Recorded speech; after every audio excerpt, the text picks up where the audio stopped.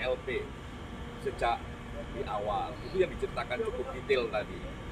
Gitu. Dan menurut saya kita dukung tren kerja yang yang detail, yang bisa mengurai detail, yang kita apresiasi ini. Karena tantangan paling penting adalah bagaimana kita membuat sebuah peristiwa itu transparan dan akuntabel. Dan transparansi dan akuntabel itu ya kita bisa cek apakah urean-ureannya itu detail atau tidak. Saya kira dengan hampir 2 jam, dari jam 10 kurang sampai jam 12 kurang itu diurai, dibaca detail. Ya, kalau dari segi orang, siapa ketemu siapa menerima apa. Dari segi barang kemana, ya jadi apa. Dari segi uang dari mana ke mana, bentuknya uang ataukah barang dulu, terus diterimanya transfer atau cash. Tempat pertemuannya di mana, struktur ceritanya di mana. Lah menurut saya dengan cukup detail kayak begitu, ya kami berharap besar, kita semua bisa berharap besar, dan ini kami apresiasi kerja-kerja dari Propam. Untuk ini non anggota dan siapa aja?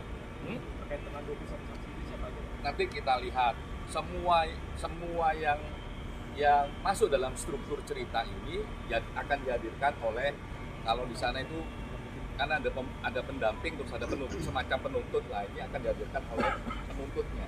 Nah, oleh pendampingnya, oleh AKBP, ya kita tidak tahu berapa orang.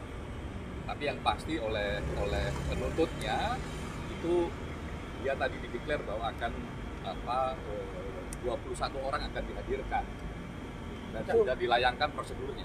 Yang tadi yang non anggota yang terlibat itu kan katanya dominan sebagai struktur dalam suap ini ya.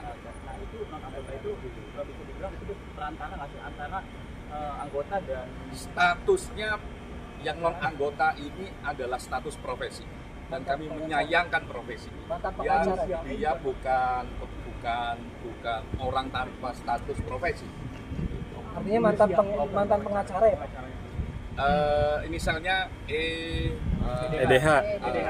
Mantan pengacara yang saat ini sedang dilaporkan juga di Polda Metro. Teman-teman lebih tahu dari saya.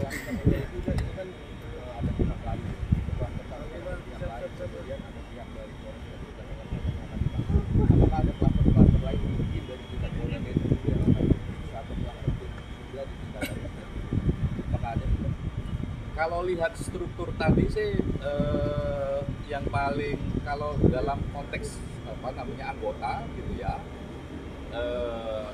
lebih tinggi dari level Kombes kayaknya belum. Tapi kalau dari segi non anggota ya semua bisa dipanggil. Tapi yang paling penting sebenarnya non anggota ini kalau dari bentuk cerita ya, karena dia lebih aktif. Terus ada momen-momen tertentu yang memang aktif sekali, gitu. Dari mulai ini kan prosesnya mulai dari 2024 awal, April mulai dari itu Mei gitu ya, itu aktif sekali. Gitu. Lagi peranan dari non anggota ini dominan sebenarnya. Nah pertanyaannya begini, apakah ini akan diproses? Kami akan pastikan diproses karena juga sudah ada LP-nya. Jadi pidananya untuk yang non anggota ini juga harus jalan biar terangnya peristiwa, dan tadi saya cek sudah ada LP-nya dan sedang proses. Terkait dengan non anggota sendiri tadi yang disebutkan adalah perannya dominan. Apakah non anggota ini adalah orang yang menyerahkan atau mentransferkan uang ke para terduga pelanggar dari tersangka? Kalau dominan ini bisa jadi tidak hanya soal atau sekedar menyerahkan duit, tapi jalannya bagaimana penegakan hukum itu bisa berlangsung. Artinya dia melobi-lobi para terduga pelanggar sampai. Kalau hanya menyerahkan duit itu ya kayak ibarat kurir, tapi peranannya lebih dari kurir. Ini potensi pidananya besar. Ya besar.